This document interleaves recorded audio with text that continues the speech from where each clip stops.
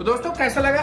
Rate की बात अगर कहें दोस्तों ये बहुत महंगा था, लेकिन हम लोगों को इसको ऑफर में हमने इसको खरीदा है तो बहुत ही सस्ता पड़ा है।